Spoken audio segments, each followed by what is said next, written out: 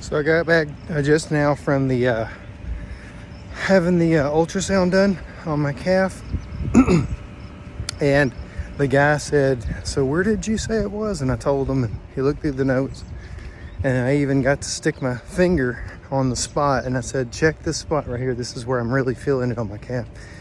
And he checked it, and he went in the upper inner groin and then down there by my ankle and did just a pretty in-depth job.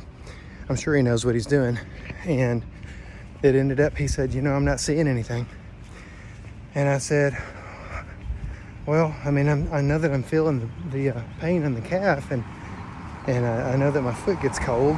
And he's like, "Well, I'm not sure what's causing." He said, I know that that's not really the answer you're looking for." And I said, "Well, yeah, but I mean, it's not a bad answer. I mean, it tells me beyond the shadow of a doubt now. I've had two vascular techs say that they don't see any problems with the veins, and that's awesome, actually, because my fear was that I would have some type of clot that would break off and travel and cause problems in my lungs or my brain, and that's not a problem. So nothing to worry about. So the worst case scenario is that I do have some type of rogue nerve problem that's happening. And when I was 27 years old, 28 years old, I flipped an old Geo Prism. I don't know if you guys remember the Toyota Geo is what it really was.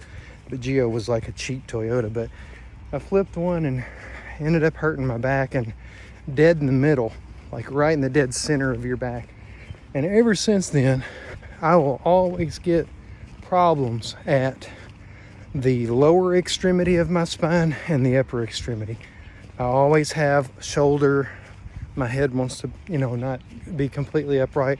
And this has been through my whole life since having flipped that car. So I think that the two vertebrae dead center of my back fused is what I've been told before by like a chiro. But it's very, very possible that the pain that I experience, not the pain, because it's not painful. My foot just, it feels like it gets colder, and it only happens when I'm sitting for a while. But it is what it is, man. Like I said, I'm out $400 because this thing, she told me, the girl that checked me in today, she said, "Well, we've got a good estimate of what it's going to cost. And do you want to pay all of it?" And I said, "No, let me just pay half of it. That way I don't feel too bad. I only feel half bad."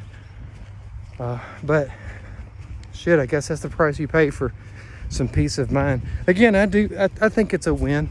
I'm glad that I don't have to worry about a clot coming up, or I thought they were going to have to inject what it is that breaks clots down, and I'm already on the blood thinner. So even at the worst case scenario, they would give me this shot that thins the clots down, and then they'd give me blood thinners. I'm already on the blood thinner, so I'll refocus and continue to work on improving my heart health and my physical health, and get my walks in, keep taking care of myself. I'll eventually have the nerve thing checked out. I've already had 2 nerve induction tests done at my leg and feet, and they said that they're fine. So I'm sure that the nerves are in play. It's like your water hose. So if your water hose is fine, but occasionally somebody comes by and grabs it and kinks it up, it doesn't mean that the hose is broken. It just means that it gets kinked somewhere.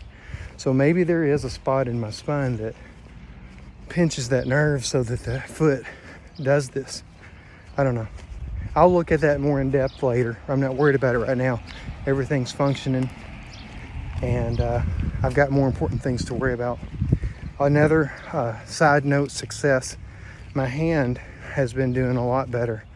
I have been applying all the therapies that I've mentioned before, as far as heat, paraffin wax, and mild electrical stimulus, just in an effort to get it to heal, and I think that it's working. It's far less painful. The little pulls and nudges and catches that it had seem to be almost not even there. They are there, but they're small. They're not enough that during playing, it doesn't make me stop and look at my hand and think, hell, is it broke or is it good? It always works. And I can't ask for any more than that. At my age, I know things are going to start breaking down. The longer that I can put that off, the better.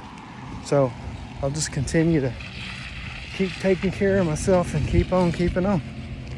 Be a short update today. Take care, guys.